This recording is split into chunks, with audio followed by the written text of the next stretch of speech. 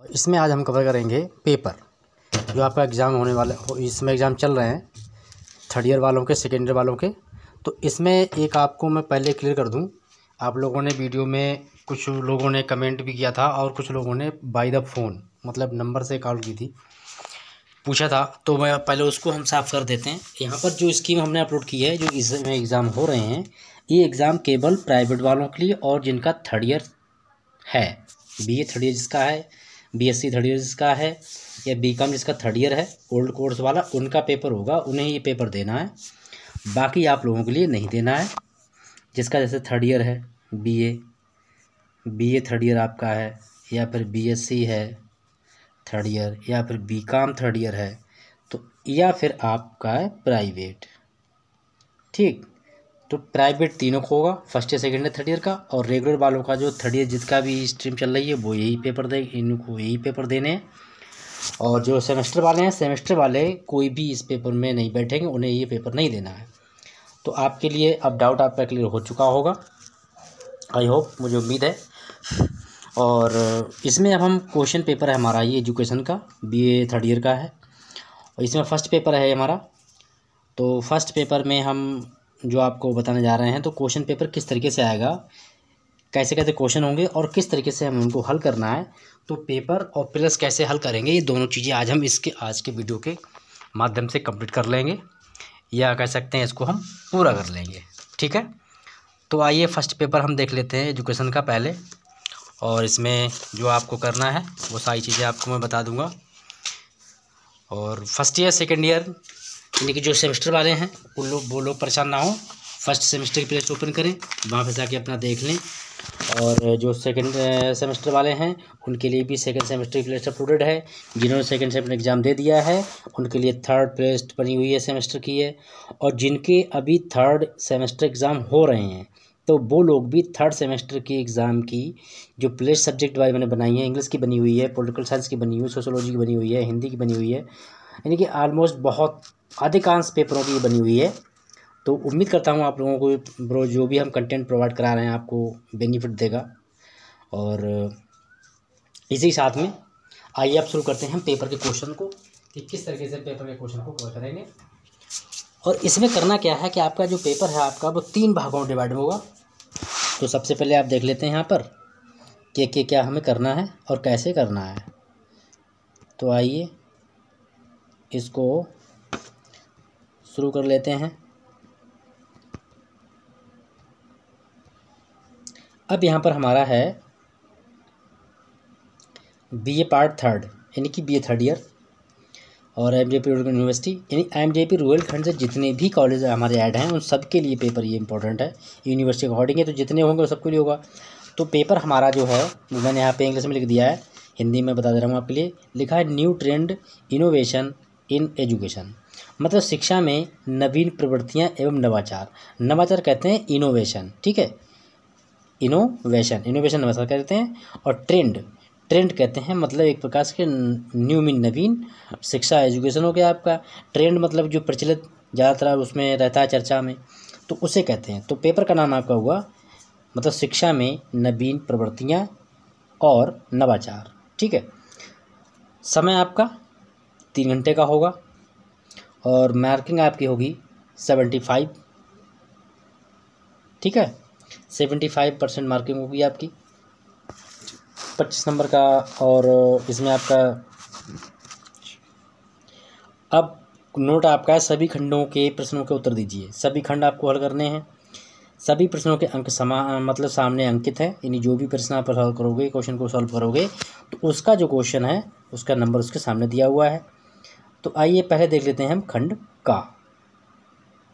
जो खंड का है इसका सेंस आपका है वो ये है दीर्घोत्तरीय प्रश्न या फिर निबंधात्मक प्रश्न, यानी कि लॉन्ग आंसर टाइप आपके आंसर मिलेंगे। यहाँ पर क्वेश्चन है ये, ठीक है। तो नोट सभी प्रश्नों को आपको हल करना है। 3 प्रश्न दिए होंगे, तीनों को आपको हल करना है।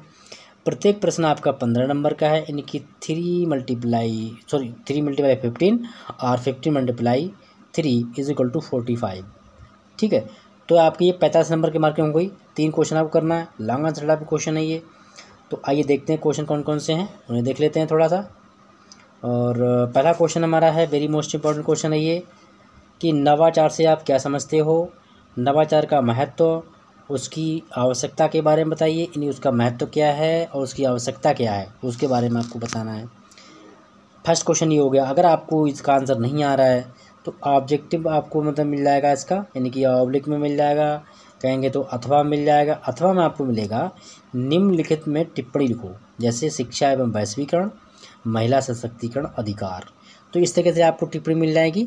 तो आप इन दोनों में से कोई भी एक क्वेश्चन आप उसको हल कर देंगे, और जो भी क्वेश्चन हल करेंगे तो उसमें आपको लेखक की परिभाषा जरूर डालनी है। अगर आपने परिभाषा को आप उसमें नहीं लिखते हैं तो आपकी मार्किंग जो लो रहेगी, ठीक है। पास तो हो जाओगे, नंबर से आपकी जो मार्किंग इंक्रीज होनी चाहिए वो इंक्रीज नहीं हो पाएगी।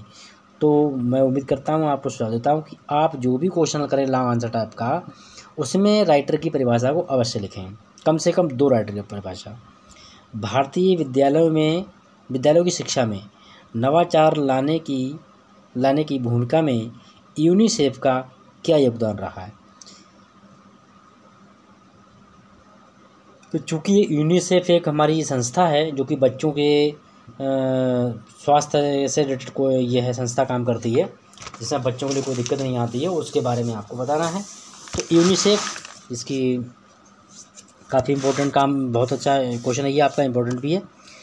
यूनिसेफ के बारे में आपने सबने सुना होगा, जितने भी स्वास्थ्य कार्यक्रम होते हैं अधिकांशतः उसमें यूनिसेफ के द्वारा ही वो चीज़ें लाई जाती हैं समाज पर। नेक्स्ट हमारा है, इसमें अथवा दिया हुआ है। अगर आपको इसमें लिखने की ताकत आपको प्रॉब्लम आ रही है तो आप क्या कर सकते हैं, आप लिख देंगे टिप्पणी। निम्नलिखित पर आप टिप्पणी लिखिए। सर्व शिक्षा अभियान क्या होता है और नवोदय विद्यालय शिक्षा क्या होती है। तो आपने नवोदय विद्यालय सुना होगा कि इसमें क्या होता है, कैसे एडमिशन होता है, बच्चे का खर्च कितना आता है, तो ये सारी चीज़ में दी हूँ, ठीक है। इसको पढ़ लेना। आप अगर ये क्वेश्चन पेपर देख लेते हो तो निश्चित रूप से आपको एक अच्छी मार्किंग लाने का एक चांस है ये, और बेहतर अच्छे ढंग से आप मार्किंग ले सकते हैं। नेक्स्ट हमारा क्वेश्चन है इसमें थर्ड, दूरस्थ शिक्षा व्यवस्था क्या है। मतलब कि जो दूरस्थ शिक्षा व्यवस्था होती है वो क्या है, ठीक है। दूरस्थ शिक्षा व्यवस्था से लाभ, सीमाएं, महत्व या विशेषताएं। महत्व या विशेषताएं, लाभ या सीमाएं, इन चारों शब्दों का सेम मीनिंग है। तो इसके बारे में बताना आपको, दूरस्थ शिक्षा से आपको क्या फ़ायदा है, क्या बेनिफिट रहता है, वो बताना आपके लिए। दूरस्थ शिक्षा में जैसे कि इंदिरा गांधी यूनिवर्सिटी है, आपका राष्ट्रीय ओपन विद्यालय है, कई यूनिवर्सिटियाँ जो दूरस्थ के माध्यम से काम कराती हैं, जो इसके लिए होती है जो कहीं अपना कोई जैसे कोई व्यक्ति ड्यूटी कर रहा है, उसे कॉलेज नहीं जा सकता है वो, तो इन संस्थाओं के माध्यम से वो अपना डेवलपमेंट या अपनी जो स्टडी है वो कर सकते हैं, ठीक है। इसमें भी अथवा दिया हुआ है, अगर आपको इसमें दिक्कत आ रही है तो आप इसे कर सकते हैं, अथवा वाले को कर सकते हैं। अथवा में दिया हुआ है, निम्नलिखित पर टिप्पणी लिखिए। क्या लिखा है, आवासीय विद्यालय और शिक्षा का अधिकार। शिक्षा का अधिकार क्या है, बच्चे का स्वास्थ्य पहला अधिकार शिक्षा का अधिकार है, ठीक है। आवासीय विद्यालय क्या होते हैं उनके बारे में आपको बताना है। तो क्वेश्चन नंबर 3 कंप्लीट हो गया। अब इसमें आप दिख रहा होगा खंड खा में क्या है, लघुत्तरीय प्रश्न है, और ये 4 नंबर का आपका क्वेश्चन होगा, प्रत्येक 4 नंबर का क्वेश्चन होगा। इसमें क्वेश्चन दिए होंगे आपके 8 में से करने आपको हैं 5। तो अगर हम बात करें मल्टीप्लाई 5 4 इजिकल टू कितने हो गए 20, यानी कि 20 हो गए, यानी 20 नंबर का आपका खंड खा है। अब इसमें आइए देखते हैं कौन कौन से क्वेश्चन आपके। पेपर ऐसे ही आपको मिलेगा, इस तरीके से ही पेपर आएगा, ठीक है। तो अच्छा से पढ़ लीजिएगा, समय कम है। सेकंड पेपर भी आपको बहुत जल्दी मिल जाएगा, और बाकी आपका जो भी पेपर है कमेंट में बताते जाइएगा, जिससे कि हम आपको वीडियो प्रोवाइड कराते जाएं। और किस किस यूनिवर्सिटी से आप लोग देख रहे हैं, और कमेंट में आप अपना शहर का नाम जरूर लिखें, ताकि हमें पता लग जाए, ये भी लग जाए कि मतलब हमारे वीडियो के जो व्यूवर्स हैं वो किस किस जगह से मतलब हमारे साथ जुड़े हुए हैं, ठीक है। तो शहर का नाम लिखना ना भूलें, और कमेंट जरूर मतलब आप लोग किया करें, ठीक है। आपका अगर 3rd ईयर नहीं है, 2nd ईयर नहीं है, तो वीडियो को आप अपने दोस्तों में शेयर करिएगा। हो सकता है उनमें से उनके दोस्तों में किसी पास में एक कोर्स हो, ठीक है, क्योंकि एजुकेशन काफ़ी इंपॉर्टेंट सब्जेक्ट है ये। तो इसलिए मैं आपसे उम्मीद करता हूँ। और आप लोग जो MA की जो एग्ज़ाम आने वाले हैं उसके लिए मैं इंग्लिश का शुरू करने वाला हूँ, और साथ ही पॉलिटिकल साइंस का भी हम शुरू करेंगे, MA मास्टर ऑफ आर्ट, ठीक है। तो अभी हम इसकी बात कर लेते हैं, चूँकि हम पेपर समझा रहे हैं तो पेपर को समझ लेते हैं पहले। तो पहला क्वेश्चन हमारा है कि शिक्षा में नवाचार अपनाने में कौन कौन सी बाधाएं उत्पन्न होती हैं। यदि नवाचार हम शुरू करते हैं शिक्षा के क्षेत्र में तो कौन कौन सी हमारे सामने समस्याएं उत्पन्न होती हैं, उनके बारे में आपको बताना है। और 4 नंबर का क्वेश्चन है, तो आपको समथिंग इसका आंसर आपको एक पृष्ठ में आपको कम से कम एक पृष्ठ में आपको कंप्लीट करना है।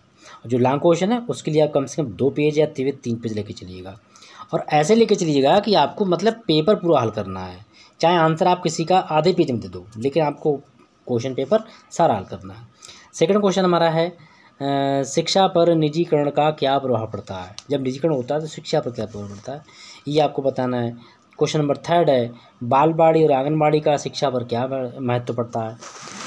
तो जो बालवाड़ी और आंगनबाड़ी है इनका जो है शिक्षा पर बहुत महत्व पड़ता है, बहुत ही महत्वपूर्ण है, क्योंकि जो बच्चे खेल खेलते हैं घर पर, उन्हीं बच्चों के लिए आंगनबाड़ी का केंद्र सुचारू रूप से चलाने की मतलब सरकार की जो है वो मतलब उस पर फोकस है या उस पर प्रयासरत है, जोर दे रही है, ताकि बच्चे घर पे खेलें तो शिक्षा वहाँ स्कूल में खेलें, आंगनबाड़ी केंद्र में खेलें और खेल खेल में कुछ सीखेंगे भी।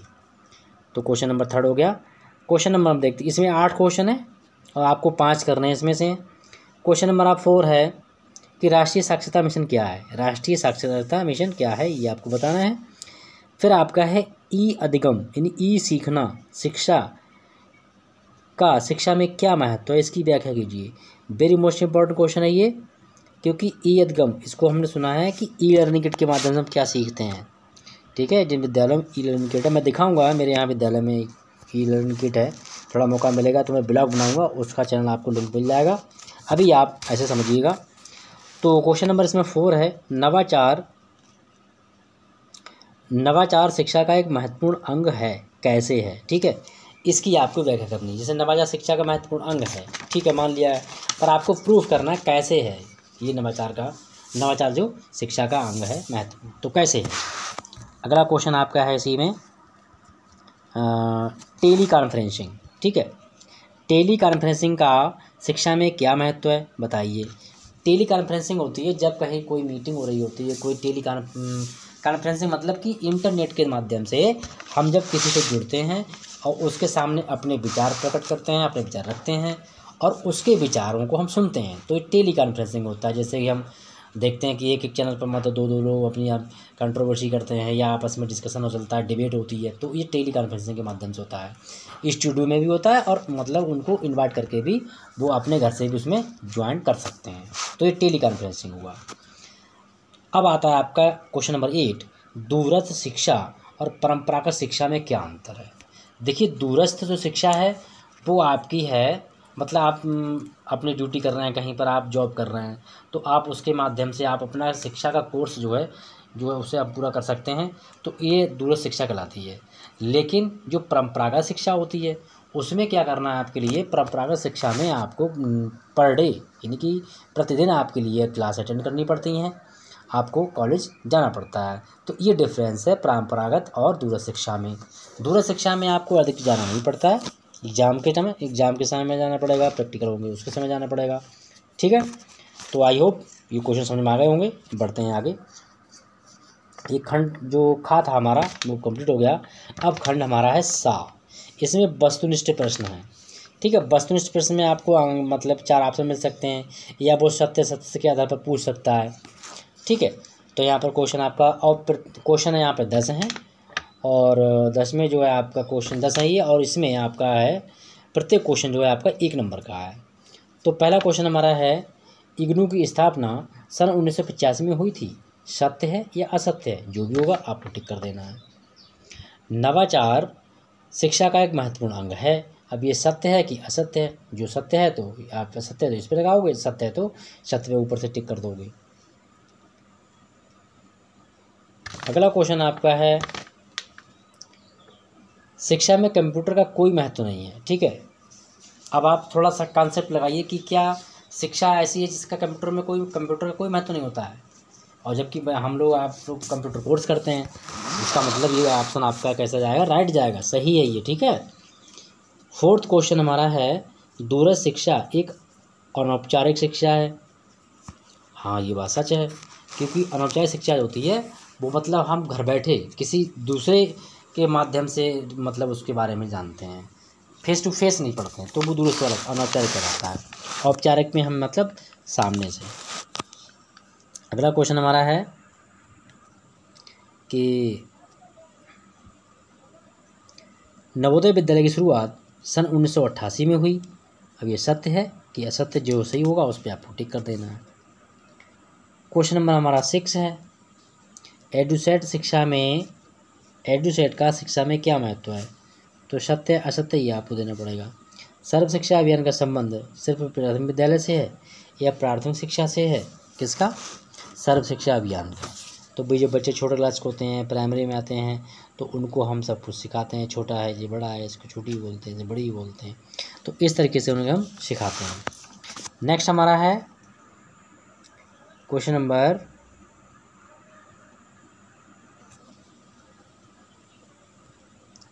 कंप्यूटर शिक्षा वर्तमान की शिक्षा में आवश्यक है।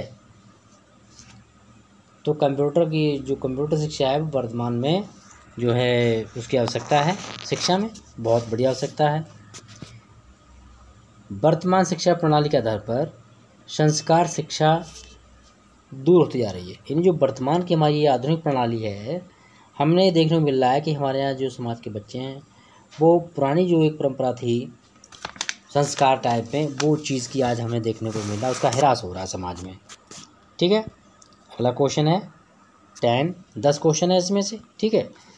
और 10वां क्वेश्चन हमारा है संविधान के अनुच्छेद 11 का शिक्षा से संबंध है या नहीं है तो सत्य है, नहीं है तो असत्य है। तो आई होप पेपर आपका कंप्लीट हो गया और मैं उम्मीद करता हूँ कि आपको पसंद आया होगा। तो पसंद आया तो लाइक जरूर कर दीजिएगा, दोस्तों में जरूर शेयर कीजिएगा ताकि सभी लोग इसका लाभ ले सकें। और इसकी PDF भी मेरे पास अवेलेबल है। अगर किसी को चाहिए तो आप हमारा टेलीग्राम चैनल आप ज्वाइन कर लीजिएगा। टेलीग्राम चैनल पर आपके लिए ये चीज़ आपको उपलब्ध हो जाएगी। ठीक है। उसका लिंक मैं फर्स्ट सेमेस्टर का जो ग्रुप है उसमें भेज देंगे, या उसमें हम इसका जो QR कोड है वो शेयर कर देंगे, उससे आप स्कैन करके कर सकते हैं। तो बस आप दोस्तों जुड़ते जाइएगा, काफिला बढ़ाते जाइएगा और हम आपके पीछे आगे हम चलेंगे और पीछे आप हमारे साथ सब चलते रहिएगा। ठीक है। फिर मिलते हैं नेक्स्ट वीडियो में किसी में एग्ज़ाम पेपर के साथ में। तब तक के लिए खुश रहिए, मस्त रहिए। Thank you.